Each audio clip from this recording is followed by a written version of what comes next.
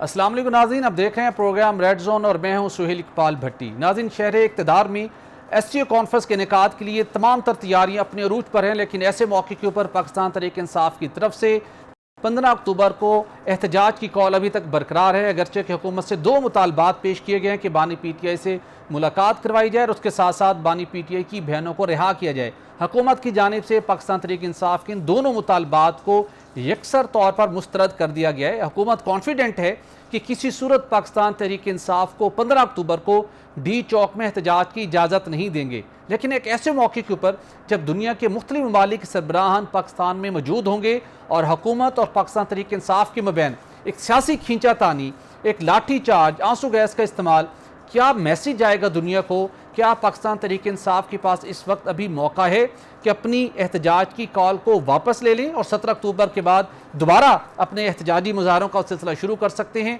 अगरचे के शेख वकास अकरम ने इस बात का इंदिया दिया है कि वो इस बात पर गौर कर रहे हैं कि मशरूत तौर के ऊपर इस एहतजाज की कॉल को वापस ले लीजिए। इसके साथ बात करेंगे कि वफाकी हुकूमत ने शंघाई तावन तंजीम कॉन्फ्रेंस के फौरी बाद 26वीं आईनी तरमीम की तैयारी भी मुकम्मल कर ली है। हिकमत अमली वज़ा की जा चुकी है और क्या वजह है कि 26वीं आईनी तरमीम के हवाले से हुकूमत ओवर कॉन्फिडेंट है कि उसके पास दो तिहाई अक्सरियत मौजूद है।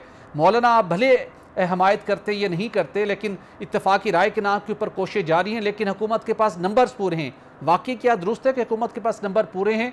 और इसके साथ बात करेंगे कि एससीओ कॉन्फ्रेंस के मौके के ऊपर जो मुख्तलिफ ममालिक सरबराहान इस्लामाबाद आ रहे हैं, इस कॉन्फ्रेंस के इनेकाद के बाद पाकिस्तान के पास क्या क्या अपॉर्चुनिटीज़ मौजूद होंगी कि वो सफारती, सियासी और मुआशी सतह के ऊपर अपने आप को मज़ीद बेहतर मकाम की तरफ ले जा सके। तो इन इशूज़ पर बात करने के लिए स्टूडियो में मेरे साथ होंगे सीनियर तज्ज़ियाकार ख्वाजा मतीन साहब, जबकि स्काइप पे में ज्वाइन कर रहे हैं सीनियर तज्ज़ियाकार अतर काज़मी साहब। काज़मी साहब, आपका बहुत शुक्रिया। काज़ी साहब, एक इस्लामाबाद के अंदर सियासी सरगर्मियाँ भी अरूज पर रहीं, सफारती लिहाज के ऊपर एक पाकिस्तान ने 27 साल के बाद एक कामयाबी हासिल की, एससीओ कॉन्फ्रेंस का इनेकाद, लेकिन जो सूरत हाल बेहतर होने के मामलात थे वो ख़राब से ख़राब तर होते जा रहे हैं। पाकिस्तान तहरीक इंसाफ जिसने एक अपना एहतजाज की एक राउंड मुकम्मल कर लिया था, अचानक फिर दोबारा एक कॉल दे दी गई कि हमने 15 अक्टूबर को भी एहतजाज करना है, चूँकि बानी PTI से मुतल्लिक कुछ ऐसी खबरें सामने आई जिसमें पार्टी के अंदर एक तशवीश की लहर दौड़ गई।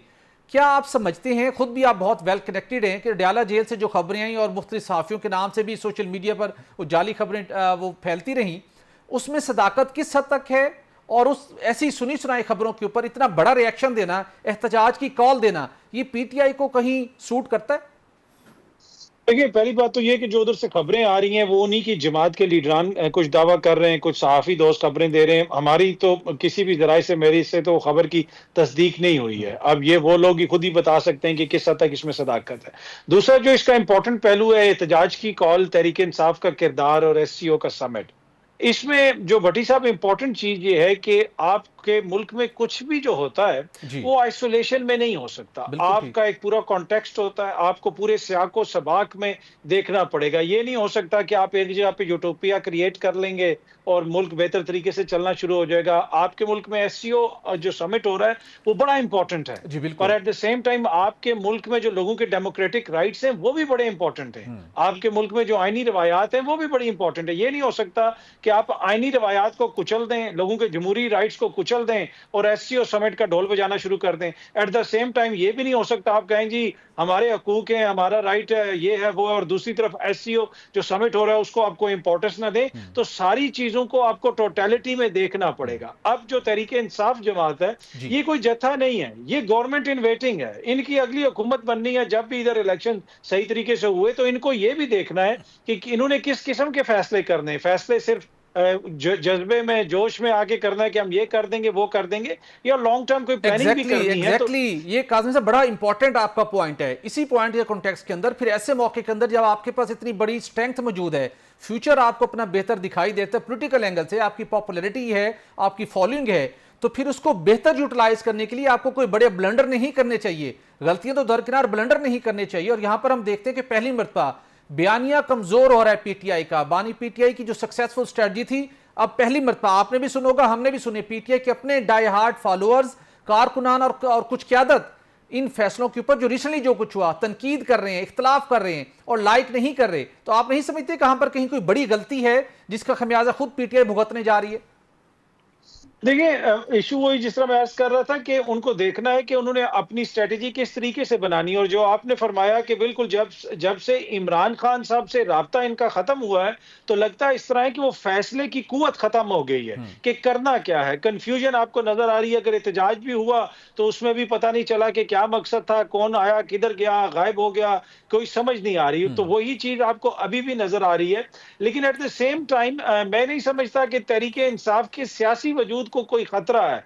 इनका जो गुडविल इस वक्त इतनी ज्यादा है इमरान खान की अवाम के अंदर जी। कि ये जो बाहर बैठी हुई क्यादत है, ये उसी को कंज्यूम कर रही है, उसी के बलबूते पे चल रही है। तो ताली भी दोनों हाथ से बजती है। देखें, अगर तहरीके इंसाफ ये कह रही है कि ठीक। इमरान खान साहब से मुलाकात करवा दी जाए, तो हुकूमत उनकी बहन से उनकी मुलाकात करवा दे, इस मामले को खत्म करें। अगर आईनी तरमीम वाले मामले पे ये लोग बैठे हुए हैं, तो एससीओ समिट के हवाले से भी थोड़ा सा मिलकर कोई ये बड़ा अपनी अच्छा हिकमत आइडिया अमली है। बना हमने भी लें। ये गवर्नमेंट से पॉइंट टेकअप किया कि माजी के अंदर जब कभी ऐसे सिनेरियो बना, हुक्मरान जमात हमेशा अपोजिशन को इंगेज करती है, लेकिन यहां पर एक ऐसा मामला है, यह तल्ख माजी है कि नून लीग, पीपल्स पार्टी कोई भी जाके इंगेज करने को तैयार नहीं है। लेकिन सर आगे बढ़ना चाहूंगा, पहली मरतबा हमें देखने को मिल रहा है जो इस वक्त की पाकिस्तान तहरीक इंसाफ की स्ट्रेटजी है, PTI Khyber Pakhtunkhwa versus PTI Punjab, दोनों डिफरेंट डायरेक्शन के ऊपर हैं, इख्तलाफ वाज़ेह तौर के ऊपर दिखाई दे रहा है। क्या आप समझते हैं कि दोनों का, पंजाब चैप्टर का और केपीआई का सेम पेज पर ना होना, ये पार्टी को भी नुकसान पहुंचा रहा है, पार्टी इमेज को भी नुकसान पहुंचा रहा है और कारकुनान भी बहुत डिसहार्ट हो रहे हैं?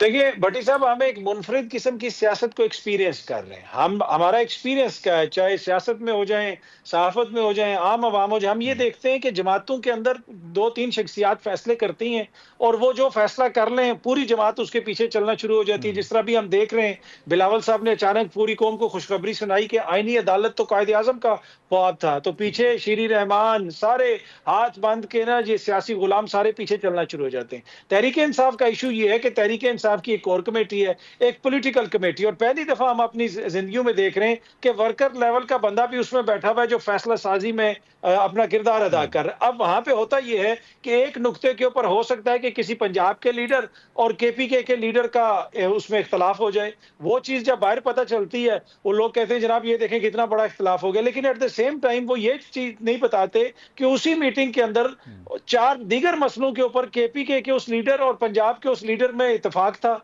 और दूसरे जिनका किसी और मामले पे इत्तेफाक था उनका उस पे इख्तलाफ था।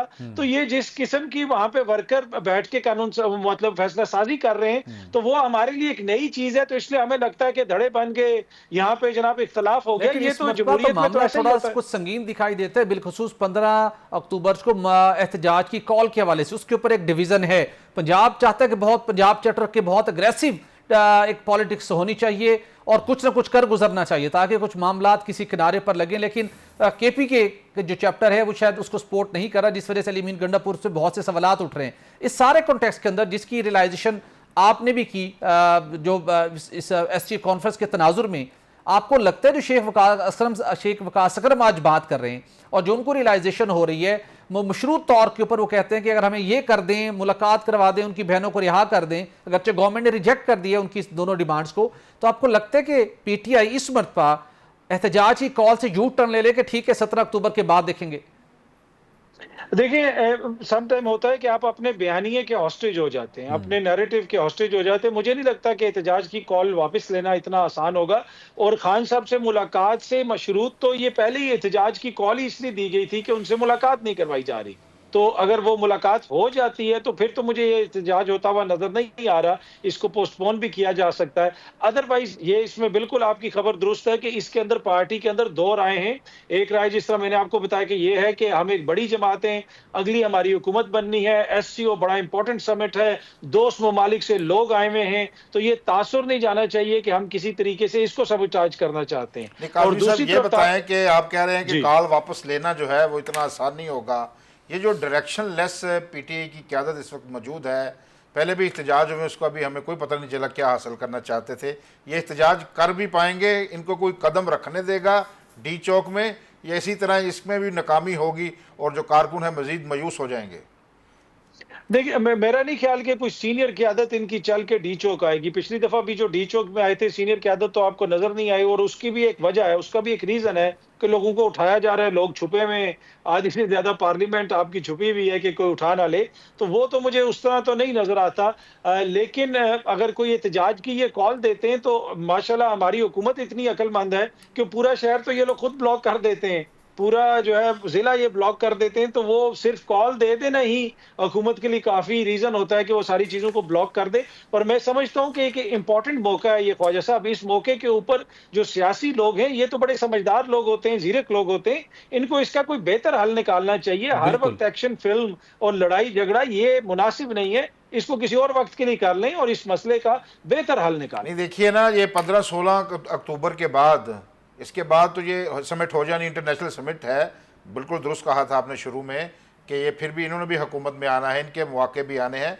मेरे ख्याल में पीटीआई जो सियासत और रियासत में फ़र्क नहीं कर पा रही। क्या ही अच्छा होता कि कोई मुदब्बर क़यादत होती, तो कहते हैं कि हमारे सियासी इख्तलाफात अपनी जगह हैं, हम जो गैर मुल्की मेहमान आए हैं, ये 2-3 दिन की तो बात है, इसके बाद हम सियासत खेलते रहेंगे। अगर इस तरह का मैसेज देते तो मेरे ख्याल में जो इनके मुखालफिन हैं उनके दिलों में भी हमदर्दी पैदा होती। अब जबकि हम देख रहे हैं जो पीटीआई के हामी भी हैं, काफ़ी लोगों से मेरी बात भी हुई है, वो कह रहे हैं ऐसे मौके पर एहतजाज की कॉल देना मुल्क दुश्मनी के मुतरादिफ है। आप क्या समझते हैं? देखिए, ख्वाजा साहब, बड़ी अच्छी आपने बात की कि बेहतर तरीके से इसको हल किया जा सकता था, लेकिन जिस तरह मैंने पहले अर्ज किया कि चीज़ों को हमें सियाक व सवाक में देखना पड़ेगा। जी। आपकी सियासत जो है, आपकी रियासत से ज़्यादा इंपॉर्टेंट नहीं होनी चाहिए। एट द सेम टाइम रियासत को सियासत नहीं करनी चाहिए। 2 बिल्कुल। साल से यहाँ पे जो हो रहा है, 2.5 साल से, वो भी हमारे सामने है। आज इमरान खान जेल में, उसकी बहन जेल में, उसकी दूसरी बहन जेल में, उसकी एहलिया जेल में, उसकी बहन से बारूदी मवाद इन्होंने बरामद करना है, जिससे उसने पार्लियामेंट उड़ानी थी। तो मतलब जब इस लेवल के ऊपर आप लोग कर रहे हो, कानून के अंदर इस लेवल के अंदर सियासी जो है वो आपका आ चुका हो, मुदाखलत हो चुकी हो, तो फिर चीजों को आप रैशनली नहीं देखते, फिर हर कोई अपने अपने तरीके से उसको देखता है। ठीक। लेकिन इन प्रिंसिपल मैं आपसे एग्री करता हूं कि इस मसले को बेहतर तरीके बिल्कुल से हल ठीक, करना चाहिए। बिल्कुल ठीक। काज़ी साहब, ज़रा थोड़ा सा आगे बढ़ते हैं। ये एहतजाज के बाद जो मामला है जिसके ऊपर सबकी नज़रें भी जमी हुई हैं, एसटीओ से ज़्यादा जो पाकिस्तानी अवाम के लिए एक point of concern, point of interest बना हुआ है, वो 26वीं आईनी तरमीम है। आपको लगता है कि जो नून लीग का मसवदा सामने आया है और जो उनके प्लान थे, पीपल्स पार्टी काफ़ी हद तक उनको सपोर्ट कर रही है, अदालती इस्लाहात के नाम के ऊपर आईनी अदालत का क्याम और उसके बाद सुप्रीम कोर्ट ऑफ पाकिस्तान की चीफ जस्टिस की तैनाती सीनियरिटी की बुनियाद पर नहीं बल्कि 3 के पैनल में से होगी, आपको लगता है कि यह आईनी तरमीम एससी कॉन्फ्रेंस के फौरी बाद हुकूमत इसको मंजूर करवाने की तैयारी कर चुकी है? वो कहते हैं 2/3 अक्सरियत भी है। और आपकी इतलात क्या हैं, किस हद तक हुकूमत के कामयाबी के इम्कानात आपको दिखाई दे रहे हैं? देखिए, ये तो तरमीम इन्होंने उसी दिन मंजूर करवानी थी जब इतवार वाले दिन इन्होंने इजलास बुलाया। मियां नवाज शरीफ यहाँ पे आए, हुकूमत के एक इंपॉर्टेंट शख्सियत ने बताया कि ये हम तरमीम पास करवा लेंगे, और मियां साहब भी इस्लामाबाद आ चुके हैं, और बाद में फिर मामला हल नहीं हुआ। इनको शायद कोई गारंटी थी कि मामला स्मूथली हो जाएगा और लोग हमारे हक में वोट दे देंगे। मौलाना को भी राजी कर लिया गया है, आसिफ जरदारी मिल के आए हैं, शहबाज शरीफ मिल के आए, लेकिन बात बन नहीं सकी और वो तरमीम ये मंजूर नहीं करवा सके। अभी भी जो मसवदा सामने है मौलाना के मसवदे में और हुकूमती जो मसवदा है, पीपल्स पार्टी और हुकूमत जो है ना, वो एक ही मसवदा है, एक ही पेज पे, ऑल्दो ये इसको अलग-अलग पोर्ट्रे करते हैं, लेकिन उसमें कोई इख्तलाफ नहीं है। एग्जैक्टली। तो मौलाना का जो मसवदा है उसमें कुछ चीजें डिफरेंट हैं। हुकूमत की ख्वाहिश है कि हर हालत में आईनी तरमीम के जरिए आईनी अदालत बनाई जाए। उसमें काजी फाइज ईसा साहब अभी भी आपके नंबर 1 कैंडिडेट हैं हुकूमत के। ना ही काजी साहब ने बाज़ाब्ता तौर पे इनकार किया है कि मैं उसका बनूंगा। हुकूमत की अभी भी ख्वाहिश है। दूसरी हुकूमत की ख्वाहिश यह है कि मंसूर अली शाह साहब का नोटिफिकेशन नहीं करना, 3 का पैनल हो और उस 3 के पैनल में से किसी और को चीफ जस्टिस लगाया जाए, क्योंकि 2038 तक जो जज साहिबान आने हैं उनमें से कुछ का इन्होंने रास्ता रोकना है, वो इनको काबिल कबूल नहीं है। तो ये सब कुछ उसी के लिए किया जा रहा है, लेकिन अभी इनके नंबर पूरे नहीं है। इनके नंबर इस वक्त पूरे नहीं है। इसी वजह से आप देख रहे हैं कि छापे भी पड़ रहे हैं, लोगों को पकड़ने की भी कोशिश की जा रही है। तो वो जो मौलाना फजल रहमान मान जाएंगे हुकूमती मुजवजा तरमीम पर? फिलहाल मुझे नहीं लगता। फिलहाल जो मौलाना के साथी हैं, जो उनसे हमारी बात हुई है ऑफ द रिकॉर्ड, उसमें लगता नहीं है कि मौलाना इस तजवीज़ पे, सॉरी, इस जो आईनी तरमीम है और उसमें जो कुछ तजावीज़ सामने उन पे वो मानेंगे। फिलहाल वो मुझे मानते हुए नहीं लगते, बल्कि मौलाना ने तो पीटीआई वालों को यहाँ तक कहा है ऑफ द रिकॉर्ड कि आप अपने बंदे संभाल के रखें, मेरे बंदों की आप फिक्र ना करें। मेरे वोट की आप फिक्र अच्छा ना काजमी करें। साहब, ये तो मौलाना भी नहीं मान रहे, तादाद भी पूरी नहीं है हुकूमत के पास। आप क्या समझते हैं अपने साफ़ी तजर्बे की बुनियाद पर कितने फ़ीसद इम्कान है कि हुकूमत यह तरमीम करा सके? ज़रा परसेंटेज में बताइए, 60%, 50%, 40%? 30% ख्वाजा साहब इम्कान है कि ये तरमीम हो जाएगी, 70% इम्कान है कि ये तरमीम इस शक्ल में नहीं हो सकेगी। अच्छा, चलो फिर आने वाले दिनों बिल्कुल में ठीक देखते है हैं कि काजमी साहब, आपका बड़ी खतरनाक परसेंटेज आपने दी है। और मुझे लगता है, मेरा ये तजिया है कि 70% इम्कानात हैं कि तरमीम हो जाएंगी और 30% हैं कि ना। चलें, दोनों परसेंटेज हमारे सामने आ गई। अब देखते हैं कि हुकूमत तो मैं जी आईनी जी तरीकाकार से कह रहा हूँ, आईनी बिल्कुल तरीकाकार आईनी से कह रहा हूँ, तरीकाकार से होगी सर। बंदे अगर इसीलिए उठा तो अगर के आईनी करनी काम है, ना करना तो तरमीम मखसूस करने की क्या नशिस्तें जरूरत थी? एमरजेंसी प्लस मखसूस लगाते, नशिस्तें सब कुछ तहस नहस कर देनी है। देते। काजमी साहब, असल में ख्वाजा साहब के जो खबर का सोर्स है वो है रायवेंड लाहौर के आसपास ना, तो जी जी जी आपका जी जो इन्फॉर्मेशन सोर्स पिंडी इस्लामाबाद पे ज्यादा डिपेंड कर रहे होते हैं और आइन को और पार्लियामेंट को देख रहे थे। लेट्स सी, देखते हैं कि क्या इसका आउटकम आता है। जी लेकिन बिल्कुल। हुकूमत बहुत कॉन्फिडेंट है। आपने वक्त दिया, आपने ज्वाइन किया शो का, आपका बहुत शुक्रिया। नाज़रीन, एक पॉइंट तो थैंक यू। बिल्कुल बहुत वाजे है कि हुकूमत तो बिल्कुल तैयारी कर चुकी है। एससी कॉन्फ्रेंस के दौरान जो सूरत हाल सामने है, पीटीआई की मुतालबात वो मानने को तैयार नहीं है। एहतजाज की कॉल पीटीआई दे चुकी है और हुकूमत कहती है उनके दोनों मुतालबात नहीं मानेंगे। एससी कॉन्फ्रेंस के फौरी बाद आईनी तरमीम की तैयारी मुकम्मल हो चुकी है। इस आईनी तरमीम के नतीजे में पहला सबसे बड़ा इम्पैक्ट क्या होगा, उसकी तफसील आपके साथ शेयर करेंगे एक ब्रेक के बाद। Stay with us. Welcome back नाज़रीन। वफाकी हुकूमत ने एससी कॉन्फ्रेंस के इनेकाद के फौरी बाद जो सबसे बड़ा काम करने की ठान ली है वो है 26वीं आइनी तरमीम। गच्चे के मौलाना फजल रहमान अभी तक कायल नहीं हुए, लेकिन हुकूमत का पूरा एतमाद, लबो लहजा, 2/3 अक्सरियत होने का दावा, 39 आज़ाद अरकान की मौजूदगी, ये बहुत से ऐसे इम्कानात ज़ाहिर कर रहा है जिसके नतीजे में हुकूमत अपनी आइनी तरमीम की तैयारी कर चुकी है। उसके साथ साथ स्पीकर कौमी असम्बली, स्पीकर पंजाब असम्बली और स्पीकर सिंध असम्बली की तरफ से भी इलेक्शन कमीशन ऑफ पाकिस्तान को ख़त लिखा गया था कि इलेक्शन कमीशन ऑफ पाकिस्तान मखसूस नशिस्तों के फैसलों से मुतल्लिक जल्द अज जल्द अपना हतमी फैसला दे, नोटिफिकेशन का इजरा करे। तो सवाल ये है, क्या आइंदा हफ्ते इलेक्शन कमीशन ऑफ पाकिस्तान की तरफ से भी स्पीकर कौमी असम्बली और स्पीकर सिंध पंजाब असम्बली के खतूत की रोशनी में कोई सरप्राइज़ आ सकता है? अगर ऐसा सरप्राइज़ आया तो सूरत हाल मुकम्मल तौर पर वैसे ही तब्दील हो जाएगी। खास साहब, इस आइनी तरमीम के नतीजे में जो अब तक दो बड़े मामलात हैं, एक मामला तो chief justice supreme court of Pakistan की तैनाती का तरीक़ेकार का मामला है। दूसरा बड़ा मामला जो कि आइनी अदालत के क़याम का मामला है। इसके ऊपर नून लीग और पाकिस्तान पीपल्स पार्टी तो कॉन्फिडेंट है, मुत्तहिद हैं और उनकी इस बात के ऊपर कमिटमेंट है कि ये तो हमने हर सूरत करना है। तो अगर इस कॉन्टेक्स्ट में देखा जाए तो मामला 25 अक्टूबर तक नहीं जाएगा, उससे बहुत पहले 18-19 अक्टूबर को एक्सपेक्ट किया जा रहा है। इतलात हैं कि ये आइनी तरमीम कर ली जाएंगी। तो खास साहब, आइनी अदालत भी बनेगी जो हुकूमत चाहती है, चीफ जस्टिस भी जिस तरह हुकूमत तरीक़ेकार चेंज करने जा रही है, तो पीटीआई के हाथ क्या लगेगा इतने एहतजाज, इतनी मुखालफत के बावजूद? अच्छा भट्टी साहब, मैं ये समझता हूँ कि पीटीआई ने अपना, अगर वो पार्लियामानी रोल प्ले करते ना अपना जी, तरीके अदम एतमाद से लेने तक और आज के दिन तक की मैं बात कर रहा हूँ, उन्होंने ये समझा कि हमारे पास क्योंकि लोगों की अक्सरियत है, हमारी पार्टी बहुत ज़्यादा मकबूल है, ये गुमान हो गया उनको। उन्होंने कहा कि हम हुकूमत का, रियासत का बाजू मरोड़ कर इक़्तिदार में भी आएंगे और अपनी मर्ज़ी के तकर्रियाँ भी करेंगे। लेकिन बदकिस्मती से इसका असर उल्टा हुआ क्योंकि इन्होंने पार्लियामानी रोल अदा नहीं किया। अभी भी देखें भट्टी साहब, अभी जो मौलाना फजल रहमान साहब अभी तक नहीं माने हुकूमत, इन्होंने एक सियासी इत्तेहाद अपने बदतरीन मुखालिफ मौलाना फजल रहमान से जाके हाथ मिलाया ना हाथ, जिनको इतनी गालियां देगी भट्टी साहब, अगर वो गालियों की कड़वाहट किसी समुंदर या दरिया सिंध में फेंक दी जाए तो पूरे का पूरा दरिया सिंध कड़वा हो जाए। इतनी गालियां दी हैं जलसों में खुलेआम। तो कड़वी गोली बर्दाश्त कर ली है, बड़ा यू टर्न ले लिया आपने, तो थोड़ा सा इसीलिए मैं ये कहता हूं, इक़्तिदार की वानों की तरफ कर लेते। पॉलिटिकल लोग कभी मुलाकात से घबराते नहीं।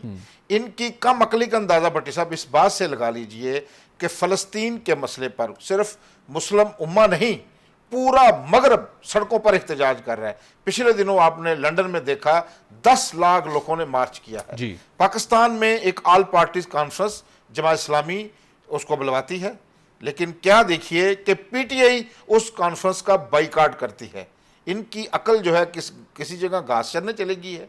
अब जब आप रियासती मामलात को नहीं समझते, उम्मत मुसलमान के मामलात को भी नहीं समझते, तो फिर आपकी अकल पर अफसोस किया जा सकता है। अभी देखिए SCO कॉन्फ्रेंस, शंघाई तामन तंजीम कॉन्फ्रेंस, मेजबानी किसने करनी है?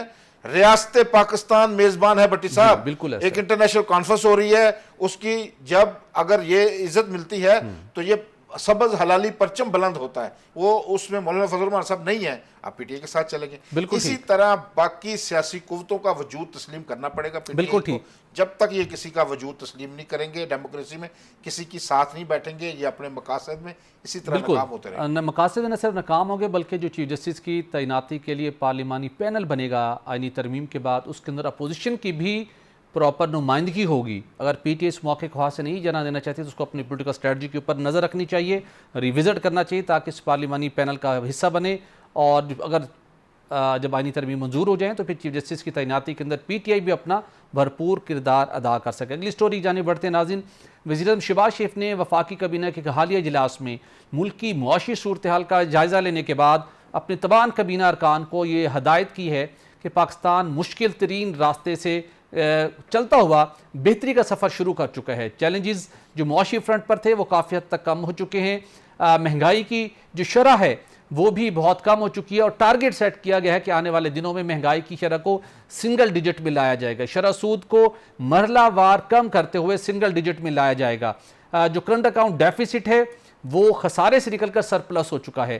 गैर मुल्की सरमायाकारी की राह हमवार हो चुकी है। IMF का प्लान हासिल करने के बाद हुकूमत को एक बड़ी उम्मीद पैदा हुई है कि हमारे जो मुआशी तबाहकारियाँ थी वो ख़त्म होने जा रही हैं, हम बेहतरी का सफ़र शुरू करने जा रहे हैं, अवाम को रिलीफ मिलेगा, मुल्क की GDP ग्रो करेगी। लिहाजा ये जो सारी सूरत हाल है इसके लिए ज़रूरी है कि वो अरकान कौमी असम्बली जिनका ताल्लुक हुकूमत से है, कभी नहीं आगे अरकान पहले वो अवाम को फेस नहीं कर पाते थे। खास साहब ये एक बड़ा एक अलमिया था और जो एक राइवलरी थी पोलिटिकली, तो लोगों को फेस करना बड़ा मुश्किल था। महंगाई PDM के दौर हुकूमत में रिकॉर्ड सतह पर पहुंची थी, डॉलर की कदर में मुसलसल इजाफा हुआ और अब डॉलर की कदर में भी एक इस्तेहकाम है।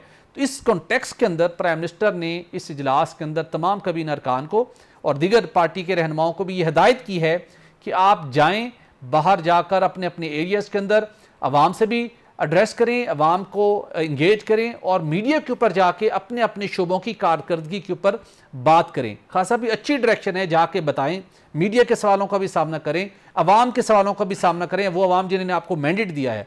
लेकिन ये वो नेशनल लेवल के ऊपर इंडिकेटर्स हैं जो पॉजिटिव होते हुए दिखाई दे रहे हैं, लेकिन उसके बावजूद गवर्नेंस और अवाम के मसाइल अभी तक अपनी जगह पर मौजूद हैं। वजारतें उनको हल करने में 2-4 वजारतों के अलावा दीगर वजारतें उस तरीके से बदस्तूर उसमें डिलीवर करते हुए कामयाब होती दिखाई नहीं देती। पावर का शोबा हो, पेट्रोलियम का शोबा हो, सनत व पैदावार का हो, शुगर मिल्स के मामला हो, यूटिलिटी स्टोर कॉरपोरेशन हो, PIE की निजकारी हो, बहुत से मामला अभी तय होना बाकी हैं। खासा प्राइम मिनिस्टर का इतना ओवर कॉन्फिडेंट होना कि अब जाएं और आप बताएं, शादियाने बचाएं अपनी कामयाबी के कि हमने बहुत कुछ हासिल कर लिया। वाकई ऐसा है कि हमने बहुत कुछ हासिल कर लिया और अपोजिशन के बयानी की बरक्स हम आवाम को जाके कायल कर सकते हैं, या भी बहुत सी मेहनत करना बाकी है आपकी नज़र में? बट साहब देखिए, ये कॉन्फिडेंस प्राइम मिनिस्टर को क्यों आया है? जब PDM ने अनाने इक़्तिदार संभाली थी पिछले 16 माह, उस वक्त आपके इल्म में है कि जो बानी PTI हैं ये IMF से एग्रीमेंट ख़त्म कर गए थे, तोड़ गए थे उसको, जिसके नतीजे में जब दोबारा एग्रीमेंट होने के नतीजे में महंगाई का एक सैलाब आया, बड़ी कड़ी शराइत IMF ने लगाई, तो इस वजह से बड़ा हमने क्राइसिस का दौर देखा और PTI ने इस पर बड़ा प्रोपेगेंडा किया कि मुल्क दिवालिया हो गया, हम श्रीलंका बन जाएगा। ये बानी PTI ने अपनी तकरीर में बारहा कहा। लेकिन अब जबकि हुकूमत दोबारा उन्होंने संभाली, पहले क्योंकि 4-5 माह बड़ी मुश्किल में रहे, अब क्योंकि ऐसे लगता है महंगाई भी कम हुई जी, पेट्रोलियम डीजल की कीमतें भी नीचे आई हैं, डॉलर भी हम देख रहे हैं बटी साहब एक जगह पे वो खड़ा हुआ है और रुपया मुस्तकम है अपनी जगह पर। बिल्कुल ठीक। खास साहब की बड़ी वैल्यूएबल सजेशन सामने आई है। खराबी का सफ़र रुक चुका है, बेहतरी का सफ़र शुरू है और इस बेहतरी को हमने एक नई बुलंदियों पर लेकर जाना है, जिसके लिए ज़रूरी है कि मुल्क में सियासी इस्तेहकाम हो, मुल्क में मुआशी इस्तेहकाम को मज़ीद स्ट्रेंथन करना है। तो नाज़रीन, यहाँ पर एक ब्रेक लेंगे और ब्रेक के बाद बात करेंगे कि ऐसी कॉन्फ्रेंस के इनेकाद से पाकिस्तान के लिए आने वाले दिनों में क्या नए मौक़े पैदा होंगे। हमारे साथ रहिएगा।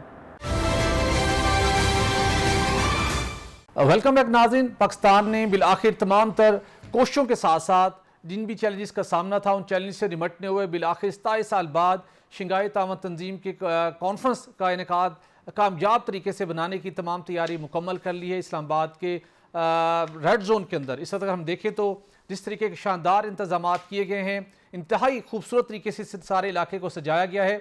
और अब इसी इलाके के अंदर मुख्तलिफ ममालिक के जो वफूद हैं उनके पहुँचने का सिलसिला शुरू हो चुका है। अब तक की इतलात के मुताबिक Russia, India, China, Kyrgyzstan, Iran, इनके वफूद पहुँचने का सिलसिला जारी है और शंघाई ताउन तंजीम के भी अरकान इस्लामाबाद पहुँच चुके हैं। नाज़रीन, ये एक बहुत यूनिक मोमेंट है जब पाकिस्तान ने आलमी सतह के ऊपर बहुत से मसाइल का सामना करना पड़ा और ये बात की जाती थी कि पाकिस्तान को आलमी सतह के ऊपर, सफारती सतह के ऊपर आइसोलेशन का सामना है और एक ऐसे फिर मौके के ऊपर बिलाखिर एक कामयाब तरीके से जो तैयारियां की गई हैं शंघाई कॉन्फ्रेंस के इनेकाद के लिए, तो इसकी एक बड़ी सिग्निफिकेंट इम्पॉर्टेंस है पाकिस्तान के लिए। इसमें क्या क्या मज़ीद मौक़े मौजूद हैं और इस कॉन्फ्रेंस को कामयाब तरीके से इसका इनेकाद करवाना ये खुद कितनी अहमियत का हामिल है, इसके ऊपर बात करने के लिए हमें ज्वाइन कर रहे हैं मोहम्मद मुस्तफ़ा बिन तलहा। आप ऑनरी एम्बेसडर एट लार्ज हैं, वज़ीर-ए-आज़म शहबाज शरीफ ने आपको तैनात किया। तो मुस्तफ़ा साहब, आपका बहुत शुक्रिया। आपसे जानना चाहूँगा, ऐसी कॉन्फ्रेंस को आप किस निगाह से देखते हैं और पाकिस्तान को जिन चैलेंजेस का सामना था, बिलखसूस सिक्योरिटी फ्रंट के ऊपर, इकनॉमिक फ्रंट के ऊपर, उस तनाजुर के अंदर एससीओ कॉन्फ्रेंस की क्या अहमियत है? जी सुहेल साहब, बहुत शुक्रिया, आपने आज दावत दी अपने प्रोग्राम में। देखें, ये पाकिस्तान के लिए एक बहुत एजाज़ की बात है कि इस दफ़ा पाकिस्तान को मौका मिला है एससीओ को होस्ट करने का। और मैं ये समझता हूँ कि ये पाकिस्तान की जो एक ग्लोबल स्टैंडिंग है, इसमें ये उसकी इम्पोर्टेंस को बहुत इन्हांस करता है कि एससीओ समिट जो है वो पाकिस्तान में हो रहा है। और इसमें ये चीज़ भी शो होती है कि पाकिस्तान इस रीजन और इस खत्ते के लिए कितना इम्पोर्टेंट है, इसकी जो लोकेशन है वो कितनी इम्पोर्टेंस रखती है। इसमें ये कि देखें, ये एससीओ पाकिस्तान के लिए मैं समझता हूँ एक गेम चेंजर साबित होगा। अल्लाह करे ये इंशाल्लाह, जिस तरह हमारी गवर्नमेंट और जो हमारे इदारे वो जिस तरह इसको कामयाब करना चाह रहे हैं, अल्लाह करे ये इसी तरह जो है वो कामयाब हो। ये इंशाल्लाह पाकिस्तान के लिए एक गेम चेंजर साबित होगा।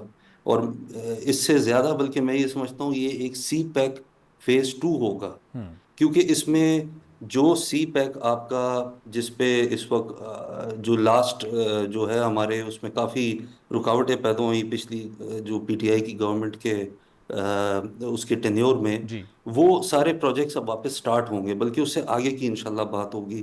फिर इसके अलावा जो सेंट्रल एशियन कंट्रीज़ हैं, जो उसके जितने ये आपके प्राइम मिनिस्टर्स आ रहे हैं, फॉरेन मिनिस्टर्स आ रहे हैं, और इन सब कंट्रीज़ के साथ मिल के जो भी हमारा ट्रेड रूट्स हैं वो हम सारे उसके ऊपर बात हो सकती है, नए एवेन्यूज़ के ऊपर बात हो सकती है, सच एज ट्रेड, इन्वेस्टमेंट और भी जो इंफ्रास्ट्रक्चर डेवलपमेंट है उसके ऊपर बात हो सकती है। और यहाँ से हमारा एक बहुत बड़ा एक इंटरनेशनली देखा जाए तो जो एक ऐसी मार्केट जिसको हम समझते हैं कि अभी तक हमने एक्सप्लोर नहीं किया, सेंट्रल जी, एशिया की मार्केट, वो उस मार्केट को हम एक्सप्लोर कर सकते हैं।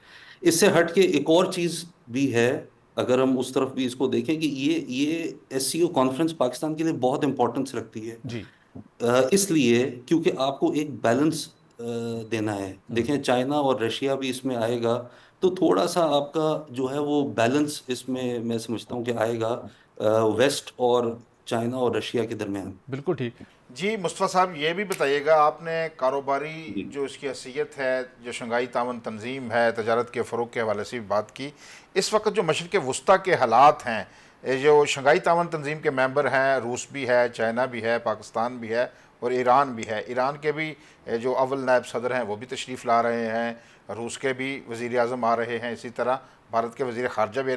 इसकी जो स्ट्रेटजी की कितनी अहमियत है इस कॉन्फ्रेंस की, क्या इससे मैसेज जाएगा दुनिया को, बिलखसूस जनूबी एशिया के हवाले से? देखिए जी, ये बहुत इम्पोर्टेंट है। ईरान का भी आपके प्रेसिडेंट आ रहे हैं, इंडिया भी है, आपके रशिया भी, उसकी तरफ से भी आपके वहाँ के पीएम आ रहे हैं, प्राइम मिनिस्टर साहब। तो मेरा ख्याल है इसके ट्रेड ट्रेड के हवाले से जो है उनके साथ हमें सीरियस लेवल पे अब हमें गुफ्तगू करनी चाहिए कि हमें अपना किस तरह हम ट्रेड को इन्हांसमेंट इसमें कर सकते हैं। इस वक्त भी देखें बहुत सी ऐसी चीज़ें, जैसे एक स्मगलिंग वाला एक पॉइंट है जो आपका चमन साइड पे हो रहा है, जो आपका ये जो ताफ्तान बॉर्डर है, उधर से एक बहुत बड़ा एक सेगमेंट है जो कि स्मगल होकर भी आ रहा है। तो उसके ऊपर भी हमें उसको भी एड्रेस करना चाहिए। और इस तरह के मामलात को हमें जो है वो डिस्कस करना है, और हमें बेसिकली ट्रेड एनहांसमेंट के ऊपर डिस्कस करना है। डेफिनेटली असल ट्रेड जो होगी मुसद जो कि पॉइंट है ख्वाजा साहब का बुनियादी तौर के ऊपर ये कि एससीओ का एक बड़ा प्लेटफॉर्म है जिसके अंदर खित्ते के बड़े ममालिक शामिल हैं जो इस खित्ते का अमन है, और सिक्योरिटी का जो चैप्टर है वो भी इस कॉन्फ्रेंस का एक इंपॉर्टेंट पार्ट है। तो सिक्योरिटी पॉइंट ऑफ व्यू से देखे जाए तो खित्ते के जो हालात हैं, खित्ते के अंदर देर पा अमन के क्याम के लिए ये वो ताकतें, ये ममालिक Russia, Iran, Pakistan, central Asian state, जो ईरान और इसराइल के मबैन एक टेंशन की कैफियत जारी है, गजा का मामला है, तो इस खित्ते को जंग के किसी बड़ी जंग की आफत से बचाने के लिए ये कॉन्फ्रेंस और ये ममालिक क्या मौसर रोल प्ले कर सकते हैं? जी देखिए, इसमें पाकिस्तान को अपना मौक़िफ़ इन सब के सामने रखना चाहिए कि पाकिस्तान का फ़लस्तीन के हवाले से क्या मौक़िफ़ है। जैसे अभी इन्होंने एक फ़लस्तीन की कॉन्फ्रेंस भी की, तो जो मौक़िफ़ है वो अपना सामने रखें कि पाकिस्तान किस जगह पे स्टैंड करता है। ये ग्लोबली बहुत इम्पोर्टेंट है। तो मैं समझता हूँ कि इस कॉन्फ्रेंस के ज़रिए, इस अपॉर्चुनिटी के ज़रिए जो है ये सारी चीज़ें भी इनको एड्रेस करनी चाहिए। और प्लस जो आपस में जो सिक्योरिटी के मामलात हैं उसके ऊपर भी, रीजनल सिक्योरिटी के ऊपर भी इनको इसको डिस्कस करना चाहिए, और जितना चीज़ों को बेहतर कर सकते हैं उसको करना चाहिए। बिल्कुल ठीक।